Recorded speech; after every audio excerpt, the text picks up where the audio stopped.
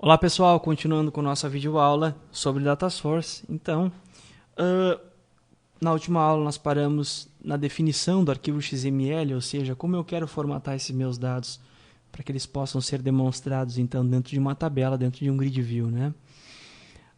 Interessante o seguinte, essa formatação de arquivo ela é universal, ou seja, eu consigo passar essa informação multiplataforma, ou seja, se eu tenho um sistema de um cliente meu que está rodando, por exemplo, Java num Linux, se ele tiver um web service para repassar essas informações, ele pode se comunicar com o meu sistema feito em .NET. Então eu tenho como ter essa interconectividade entre sistemas, e uma das formas de eu exercer essa comunicação de uma maneira responsável e segura é através do XML. Então é por isso que nós estamos estudando essa tecnologia agora, tá bom? Mas enfim, nessa nossa aplicação simples, que eu quero apenas mostrar algumas pessoas que foram cadastradas na minha fonte de dados XML. Como eu faço? Como eu devo proceder com relação a isso? Bem, eu quero mostrar isso num grid view. Eu fiz antes aqui um exemplo de configurar um data source de XML. Ele cria na realidade um XML data source. Eu posso fazer dessa forma. Eu não vou usar isso agora aqui. Eu vou usar um jeito mais simples via código, que eu acredito que seja mais interessante para o usuário aprender a usar isso dentro do código. O que acontece? Quando abrir essa minha página web, eu quero que ela mostre essa página. Então, eu vou setar essa página Startup Page, ok? E vou então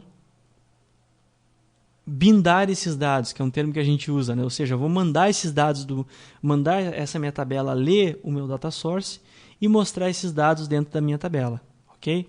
Então é isso que eu vou fazer. Vou dar 2 cliques no meu documento e ele vai abrir automaticamente, então vai criar esse evento protegido do tipo PageLoad, perfeito? Então agora que eu devo proceder. Primeira coisa, eu tenho que criar um data source, ok? Eu tenho que criar um data source. Esse meu data source, ele é um pouco, como é que eu posso te dizer? Ele é um pouco diferenciado, ou seja, ele precisa de uma ponte de dados para que eu possa mostrar esses dados na minha tabela. Não foi claro? Deixa eu melhorar. Eu criei então a minha fonte de dados, né? Eu preciso que esse meu data source se torne legível para a minha aplicação, ou seja, eu preciso de uma ponte, alguém que pegue esse meu XML, leia esse XML e passe esses dados para a minha tabela. É o que a gente chama de dataset. O dataset faz justamente isso. Ele pega uma fonte de dados, esse meu data source, transforma esses dados, lê esses dados, ele faz uma espécie de uma serialização, é um termo que a gente usa bastante, e transfere esses dados para um componente visual ou não, né? No caso aqui nós temos um componente visual que é um grid view. Vou chamar esse meu dataset de DS e vou inicializá-lo, igual a new dataset, meu objeto. Ok? Bom, eu tenho um método dentro do meu dataset que é um readXML. Ele consegue ler um arquivo XML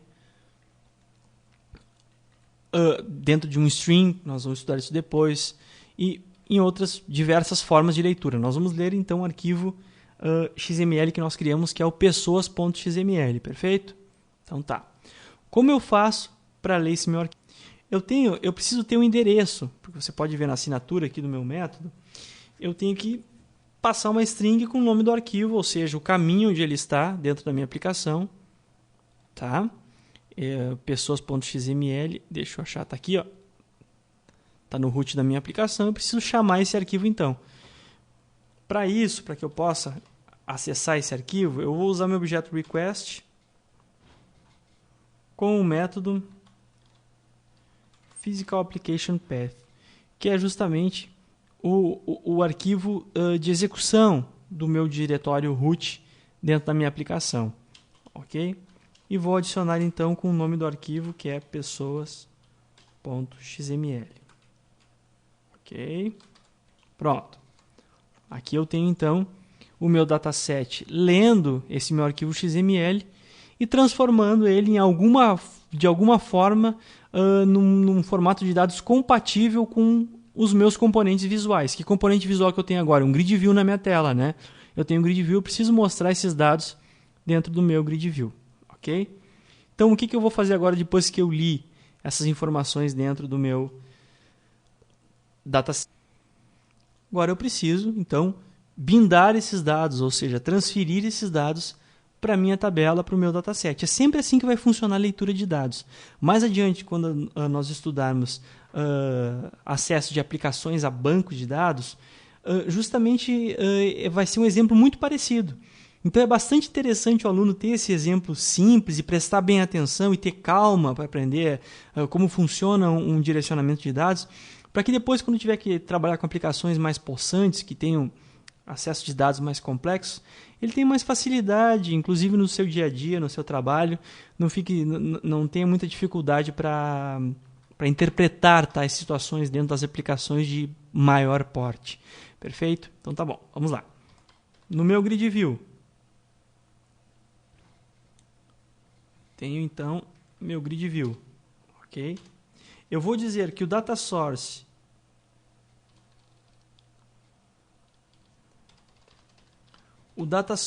do meu grid view vai ser justamente o meu dataset. O meu dataset, ele é um objeto que pode conter diversas tabelas dentro dele. Como eu estou trabalhando apenas com uma tabela nesse momento, depois nós vamos estudar isso com mais profundidade, eu simplesmente digo que o data source dele vai ser o DS, que ele vai pegar a única tabela disponível e vai setar então nesse meu grid view. Eu tenho esses meus dados que foram coletados do meu arquivo XML e agora eles foram passados para o meu data source.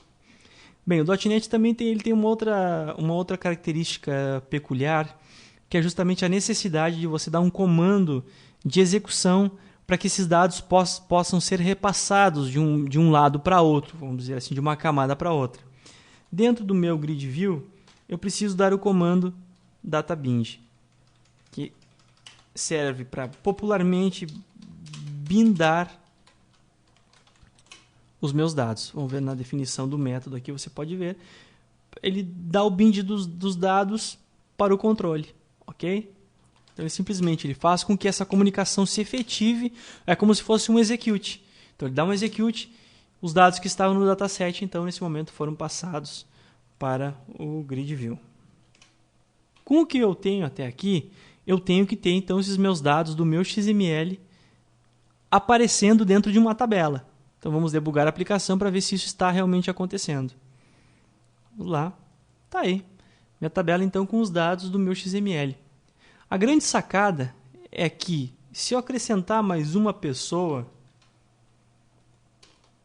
na minha aplicação,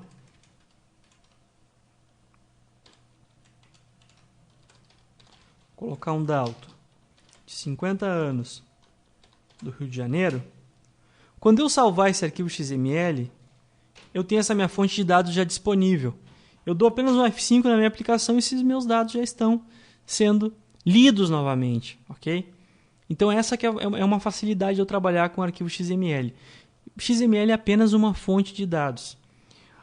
Cada sistema que você vai desenvolver na sua vida profissional, você vai achar uma forma de trabalhar, um jeito de armazenar esses dados.